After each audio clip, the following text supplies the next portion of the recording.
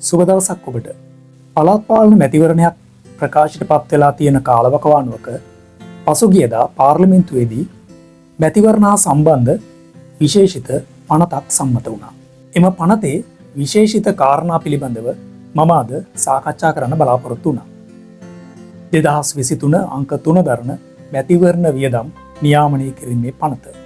එමත් නැත්නම් අපි ඉංග්‍රීසි භාෂාවෙන් කියනවා Regulation of Election Expenditure Act. මෙවැනි අනපනත් පිළිබඳව සහ එදිනදා ජීවිතයේදී අපිට වැදගත් වන නීතිය, නීතිමය ප්‍රතිපාදන, නීතිමය කාරණා පිළිබඳව ඉදිරියේදී තවදුරටත් මේ ආකාරයට සාකච්ඡා කරන්න මම බලාපොරොත්තු වෙනවා. ඒ හින්දා මම ඔබට ආරාධනා කරනවා දිගටම රැඳී සිටින්න මාත් එක්ක.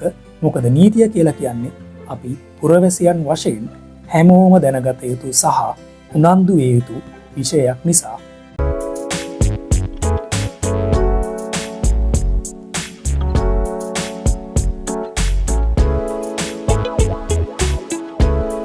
නීතිවරක පුරවැසියෙකු වීම පුරවැසි වගකීම. නීතිය නොදැනීම කියලා කියන්නේ නිදහසට කරුණක් නොවේ කියන එක අපි හැමෝම දන්න දෙයක්. කාලයක් තිස්සේ විවාදයට, සාකච්ඡාවට, සංවාදයට බඳුන් වෙච්ච මාතෘකාවක්, කතාබහක් නීතියක් බවට පත් වුණා. ඔබ දන්නවා පළාත් පාලන මැතිවරණයක ඉඳලා ජනාධිපතිවරණයක් පැවැත්වීම දක්වාම පක්ෂ, කණ්ඩායම් එමත් නැත්නම් අපේක්ෂකයින් සිදු කරනු ලබන මැතිවරණ වියදම් පිළිබඳව දැඩි ලෙස, පුළුල් ලෙස කතාබහට ලක් වුණා. 2023 අංක 3 දරන මැතිවරණ වියදම් නියාමනය කිරීමේ පනත තමයි මැතිවරණ වියදම් සම්බන්ධයෙන් පසුගියදා පාර්ලිමේන්තුවේදී සම්මත වූ පනත. පළාත් පාලන මැතිවරණය, පළාත් සභා මැතිවරණය, පාර්ලිමේන්තු මැතිවරණය සහ ජනාධිපතිවරයා තෝරාපත් කර ගැනීමේ මැතිවරණය, එහෙමත් නැත්නම් ජනාධිපතිවරණය කියන මැතිවරණ 4ක් මෙම පනත යටතේ ආවරණය වෙනවා.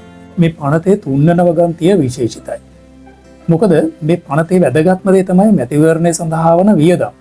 ඒ වියදම් ගණනය කිරීමේ කටයුතු කොහොමද කරන්න කියන එක විස්තර කරලා තියෙන මේ පනතේ 3 වගන්තියෙන් මැතිවරණයක් ප්‍රකාශයට පත් කරලා නාම යෝජනා කැඳවලා අවසන් වෙලා දින 5ක් ඇතුළත මැතිවරණ කොමිෂන් සභාව විසින් අදාළ මැතිවරණය සඳහා වන අනුමත මුදල, අවසරලත් මුදල තීරණය කරලා ගැසට් පත්‍රයේ පළ කිරීම සිදු කළ යුතුයි. මෙසේ අවසරලත් මුදල තීරණය කිරීමේදී මැතිවරණ කොමිෂන් සභාව අනිවාර්යෙන් කළ යුතු දෙයක් තිබෙනවා. ඒ මැතිවරණය සඳහා තරඟ කරනු ලබන දේශපාලන පක්ෂ සහ ස්වාධීන කණ්ඩායම් සමග සාකච්ඡා කිරීම, ඔවුන් විමසා කටයුතු කිරීම, මැතිවරණ වියදම් ගණනය කිරීමේ කාර්ය සඳහා පදනම් වෙන්නේ. එසේ නියම කරනු ලබන මුදල ඒ ගැසට් පත්‍රයෙන් ප්‍රකාශයට පත් කරන මුදල මත තමයි ගණනය කිරීම සිද්ධ වෙන්නේ. ඒ ගණනය කිරීම කරන ආකාරය පනතේ 3 වන වගන්තියෙන් බොහොම පැහැදිලිව දක්වලා තියෙනවා. මැතිවරණ කොමිෂන් සභාව විසින් මෙම අවසරලත් මුදල තීරණය කිරීමේදී විශේෂ කාරණා දෙකක් පිළිබඳව සැලකිලිමත් විය යුතුයි. ඒ ජාතික පාරිභෝගික මිල දර්ශකය සහ උද්ධමනය කියන කාරණා දෙක. මෙන්න මේ කාරණා දෙක මත පදනම්ව මැතිවරණ කොමිෂන් සභාව විසින් අවසරලත් මුදල තීරණය කරලා ගැසට් පත්‍රය පළ කරාට පස්සේ මැතිවරණයට අදාළව එක් මැතිවරණට අදාළව කටයුතු කළ යුත්තේ, ගණනය කළ යුත්තේ කෙසේද කියන එක පැහැදිලිව දක්වලා තියෙනවා පනතේ 3 වන වගන්තිය. 2023 පළාත් පාලන මැතිවරණයේදී මෙසේ වියදම් කළ හැකි මුදල 2023 ජනවාරි 25 වනදා මැතිවරණ කොමිෂන් සභාව විසින් නිකුත් කරන ලද අතිවිශේෂ ගැසට් පත්‍රය ඔස්සේ ප්‍රකාශයට පත් කරලා තියෙනවා.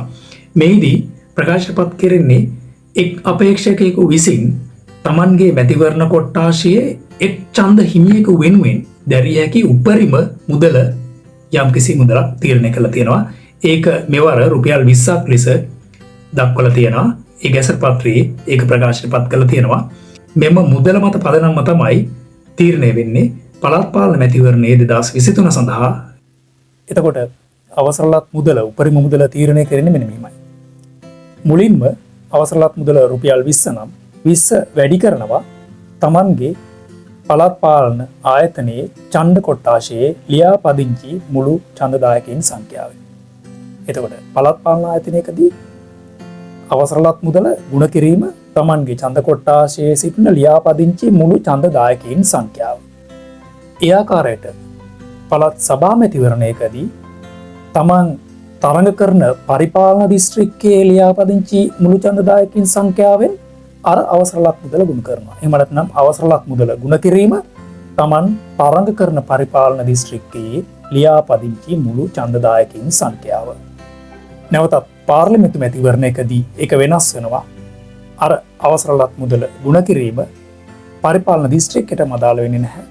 මැතිවරණ කොට්ටාශයේ ලියාපදිංචි ඡන්දදායකයින් සංඛ්‍යාවෙන් ගුණ කළාට පස්සේ ලැබෙන මුදල තමයි එක් අපේක්ෂකයෙකුට දැරිය හැකි උපරිම මුදල වෙන්නේ. ජනාධිපතිවරණයකදී අවසරලත් මුදල ගුණ කිරීම ලංකාවේම ඡන්ද කොට්ටාශවල ලියාපදිංචි මුළු ඡන්දදායකයින් සංඛ්‍යාවෙන් ගුණ කළාට පස්සේ එම මුදල තමයි දැරිය හැකි උපරිම මුදල වෙන්නේ. අනුමත මුදල වෙන්නේ. යම් අපේක්ෂකයෙකු පනතේ දක්වලා තිබෙන මෙම සීමාවන් ඉක්මවා කටයුතු කිරීම නීති විරෝධී කටයුත්තක් වනවා. අපේක්ෂකයෙකු විසින් දක්වා ඇති වියදම් සීමාව ඉක්මවා කටයුතු කළ අවස්ථාවකදී Tamanගේ අනුදැනුමක් හෝ අනුබලයක් නොමැතිව එම වියදම් සිදු කළා කියන එක ඔප්පු කළහොත් පමණයි ඔහුට මෙම නීතිය යටතේ නීති විරෝධී ක්‍රියාවක් කරා කියන චෝදනාවෙන් ගැලවීමට හැකියාවක් ලැබෙන්නේ. මේ පනතේ තවත් වැදගත් දෙයක් තමයි ඇතැම් පරිත්‍යාග බාර ගැනීමට තහනම් කළ දේ. රාජ්‍ය සංස්ථාවක්, එහෙමත් නැත්නම් දෙපාර්තමේන්තුවක්, එහෙමත් නැත්නම් රාජ්‍ය කොටස් හිමිකාරීත්වය දරන ලංකාවේ සමාගම් පනත යටතේ සංස්ථාපිත වෙච්ච ආයතනයකින් ලැබෙන පරිත්‍යාග ලබා ගැනීමට දේශපාලන පක්ෂවලට සහ අපේක්ෂකින්ට හැකියාවක් ලැබෙන්නේ නැහැ. විදේශ රාජ්‍යකින් හෝ ජාත්‍යන්තර සංවිධානයකින් හෝ එහෙමත් නැත්නම් ශ්‍රී ලංකාවෙන් බැහැර සංස්ථාගත කරන ලැබූ හෝ ලියාපදිංචි කරන ලැබූ පුද්ගල මණ්ඩලයකින් ලැබෙන පරිත්‍යාග බාර ගැනීමට කිසිදු දේශපාලන පක්ෂයකට හෝ ස්වාධීන කණ්ඩායමකට හෝ අපේක්ෂකයෙකුට හැකියාවක් ලැබෙන්නේ නැහැ. මෙම පනත යටතේ එවැනි පරිත්‍යාග බාර ගැනීම තහනම් කරලා තිබෙනවා. ඍජුව හෝ වක්‍රව විදේශීය කොටස් හිමිකාරීත්වය 50% හෝ ඊට වඩා වැඩි ප්‍රමාණයක් ඉක්මවන ශ්‍රී ලංකාවේ සමාගම් පනත යටතේ හෝ වෙනත් සමාගමට අදාළ නීතියක් යටතේ සංස්ථාගත කරන ලැබූ ශ්‍රී ලංකාවේ සංස්ථාගත කරන ලැබූ සමාගම් වලින් ලැබෙන පරිත්‍යාග බාර ගැනීමට හැකියාවක් ලැබෙන්නේ නැහැ. එසේම අනන්‍යතාවය හෙළි නොකරන ලද යම්කිසි තැනැත්තෙකුගෙන් යම්කිසි දේශපාලන පක්ෂයකට හෝ ස්වාධීන කණ්ඩායමකට එහෙමත් නැත්නම් අපේක්ෂකයෙකුට Tamanගේ මැතිවරණය ප්‍රචාරණය කිරීම, ප්‍රවර්ධනය කිරීම සහ මැතිවරණ කටයුතු සඳහා ලැබෙන ආධාර, ද්‍රව්‍යමය හෝ මුදල්මය ආධාර ලබා ගැනීමට හැකියාවක් ලැබෙන්නේ නැහැ. එම ආධාර ලබා ගැනීමත් මෙම පනත යටතේ තහනම් කරලා තිබෙනවා. මේ පනතේ 6 වන වගන්තිය ඉතා වැදගත් වගන්තියක්. 6 වන වගන්තියෙන් දක්වලා තිබෙනවා දෙවන වගන්තියේ නිශ්චිතව දක්වා ඇති යම් නීතියක් යටතේ පවත්වන ලද මැතිවරණයක සෑම දේශපාලන පක්ෂයකම හෝ ස්වාධීන කණ්ඩායමකම සහ සෑම අපේක්ෂකයෙකු විසින්ම මැතිවරණයේ ප්‍රතිඵල ප්‍රකාශයට පත් කරලා දින 21ක් ඇතුළත එම දේශපාලන පක්ෂය හෝ ස්වාධීන කණ්ඩායම සහ එම අපේක්ෂකයා Taman වෙනුවෙන් බාරගත් පරිත්‍යාග සහ දායකත්ව පිළිබඳ වාර්තාවක් සහ තමා වෙනුවෙන් දරන ලද සියලුම වියදම් පිළිබඳ වාර්තාවක් අදාළ තේරීම් බාර නිලධාරියා වෙත මැතිවරණයෙහි ප්‍රතිඵල ප්‍රකාශයට පත් කර දින 21ක් ඇතුළත බාර දීමට කටයුතු කරනු ලැබිය යුත්තේය. මෙසේ බාර දිය යුතු වාර්තාවේ මොනවද අන්තර්ගත විය යුත්තේ කියන එක මේ පනතේ විස්තරාත්මකව දක්වලා තිබෙනවා. මේ පනතේ දක්වලා තිබෙන වාර්තාවන් දෙකක් තියෙනවා. එකක් ත්‍යාග සහ දායකත්ව අරමුදල් පිළිබඳව. ඒකෙදී ඇස්තමේන්තුගත වටිනාකම පැහැදිලිව දැක්විය යුතුයි. ඒ වගේම ඒ පරිත්‍යාගවල ස්වභාවය ණය මුදලක් විදියටද, මුදලක් විදියටද, තැන්පතු මුදලක් විදියටද ආදී වශයෙන් සඳහන් විය යුතුයි. ඒ වගේම එම දායකත්ව හෝ පරිත්‍යාග කරන ලද පුද්ගලයන් හෝ සංස්ථාපිත ආයතනවල අනන්‍යතාවය පැහැදිලිව දැක්විය යුතුයි. ඒ වගේම දරන ලද වියදම් පිළිබඳ වාර්තාවේ ඒ වියදම් දරන ලද්දේ මොනවටද කියන එක පැහැදිලිව සඳහන් විය යුතුයි.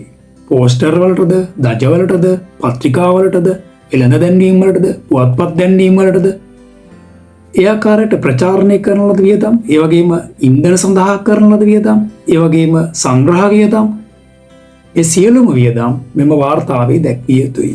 මෙවැනි ආකාරයක වියදම් පිළිබඳ වාර්තාවක් අදාළ තේරීම් බාර නිලධාරියා වෙත බාර දුන්නට පස්සේ ඔන්න මහජනතාව වෙත විශේෂිත වගකීමක් පැවරෙනවා.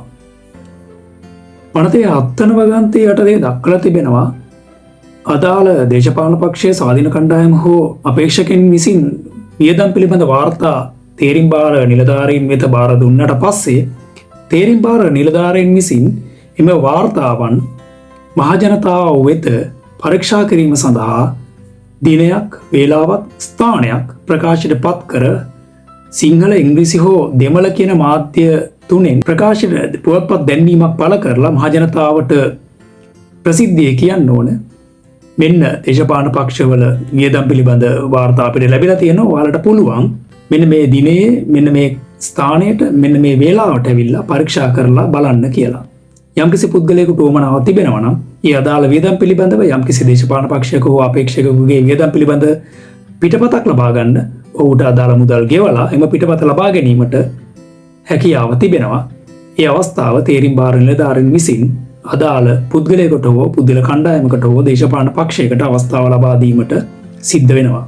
තමාට ලද පරිත්‍යාග සහ දායකත්ව පිළිබඳ වාර්තාව සහ වියදම් පිළිබඳ වාර්තාව තේරීම් බාර නිලධාරියෙකු වෙත ලබා දීමට අපොහසත් වන යම් අපේක්ෂකයෙකු නීති විරෝධී කටයුත්තක් කරන ලබනවා. තමා බාර දෙන ලද වාර්තාවල සාවද්‍ය කරුණු දැනුවත්ව ඇතුළත් කිරීම නීති විරෝධී කටයුත්තක්. එවැනි අවස්ථාවකදී එම අදාළ මැතිවරණය පවත්වන ලද පනත යටතේ නීති යටතේ දක්වා ඇති මැතිවරණ වරදක් සිදු කිරීම යටතේ දඬුවම් ලැබීමට වරදකරුවෙකු කිරීමට මෙම පනතේ ප්‍රතිපාදන දක්වා තිබෙනවා.